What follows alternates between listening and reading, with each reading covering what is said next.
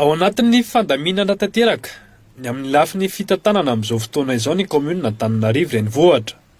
Misy ny fametrahana rafitra vaovao eo amin'ny lafiny Arakasa mba hanatratrarana ny tanjona ho an'ny fanarenana ny commune.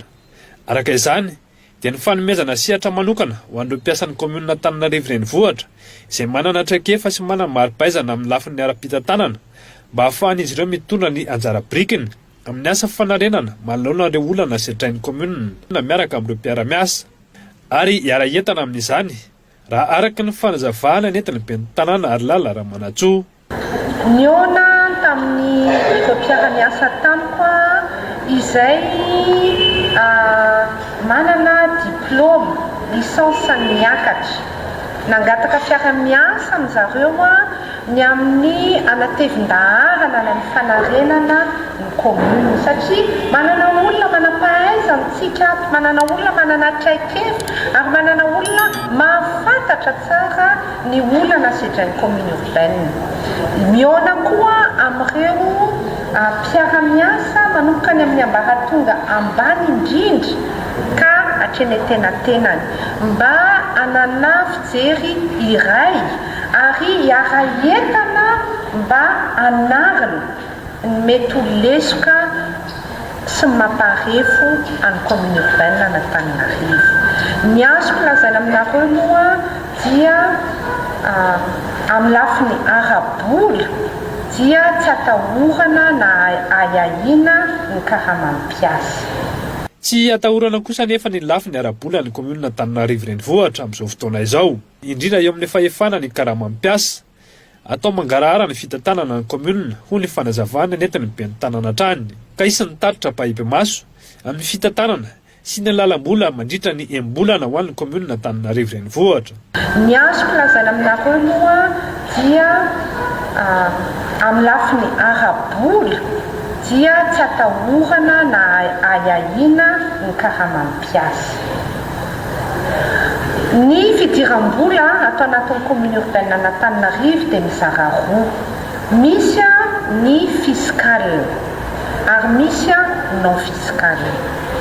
Mbola ezaka goavana ny atao ny amin'ny fampidiram-bola atao amin'ny commune satria mbola tsy araka ny tokony ho izy. Fa ny azo aroso aloha dia amin'ny tsy herinandro ity dia avoakanay amin'ny fomba ofisialy ny rapport financier intermédiaire tao anatin'izay enim-bolana izay mba ahafantaran'ny mponina Antananarivo ohatrinona ny vola lany, ohatrinona ny vola niditra ary anao fampitahana amin'ny teo aloha mba hitana hoe mbola aiza le lesoka. Miditra ao anatin'ny fivoriana ara-potoana moa amin'izao fotoana izao ny mpanolontsaina eo anivon'ny commune Antananarivo renivohitra. Mahatratra amanaliny ny ankizy tsy manana kaopina haterahana eto Antananarivo hatramin'izao. Raha ny filazany ben'ny tanàna Antananarivo renivohitra androany. Misy ihany koa ireo olon-dehibe no tsy manana fanamariam-pahaterahana io ankehitriny raha araky ny fanazavana hatrany. Isan'ny fototra tsy ahafahana misitraka ny zo fototra maha-olona ny tsy fisiany io taratasy io. Ao anatin'izany ny fandehanana makany an-tsekoly, ny firisoana amin'ny fisoratam-panambadiana eo anivon'ny commune, ny fahazahoana kara-panondro izay ahafahan'ny olom-pirenena maneho ny safidina amin'ny alalan'ny fifidianana. Isan'ny mahatonga ny tsy fisitrahan'ny zaza malagasy ity fanamariam-pahaterahana ity ny tsy fanomezan'ireo ray aman-dreny ny lanja izany. Mbola maro ihany koa ireo ray aman-dreny matahotra miditra birao raha araka ny fanazavana nentin'ny ben'ny tanàna Antananarivo renivohitra ary lala Ramanatsoa.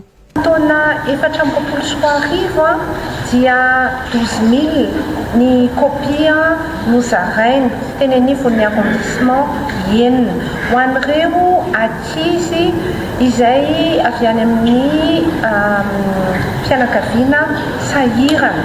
Tsy vita ny fanoratana anazy teny anivon'ny arrondissement tamin'ny naterany.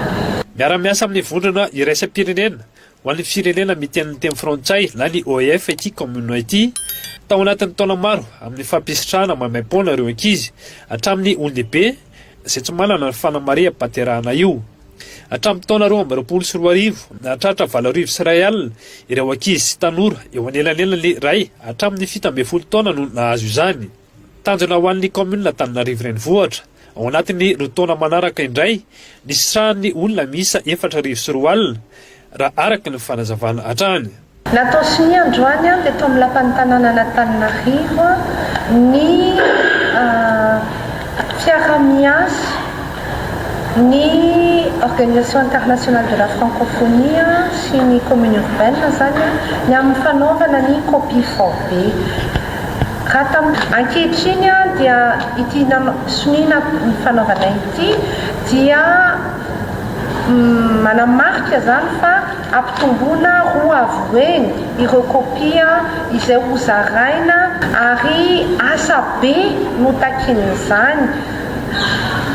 Fa koa tena hoe manampy be dia be ny renim-pianakaviana satria mba voasoratra ara-dalàna ny zanany afaka mianatra any aoriana, afaka miasa ary tena olom-pirenena malagasy ara-dalàna.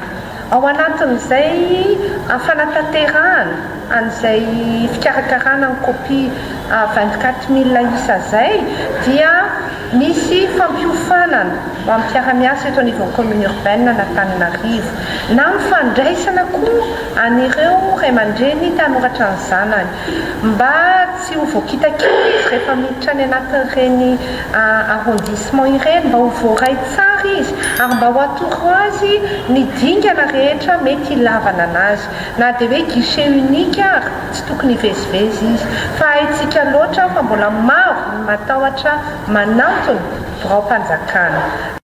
Androany moa no noltanterahana ny fanavoazam-piara-miasa teo amin'ny Rotota tamin'ny alalany fifanaova-tsony teo amin'ny ben'ny tanàna Arilala Ramanantsoa sy ny solon-tena avy amin'ny vondrona iraisam-pirenena ny firenena miteny frantsay.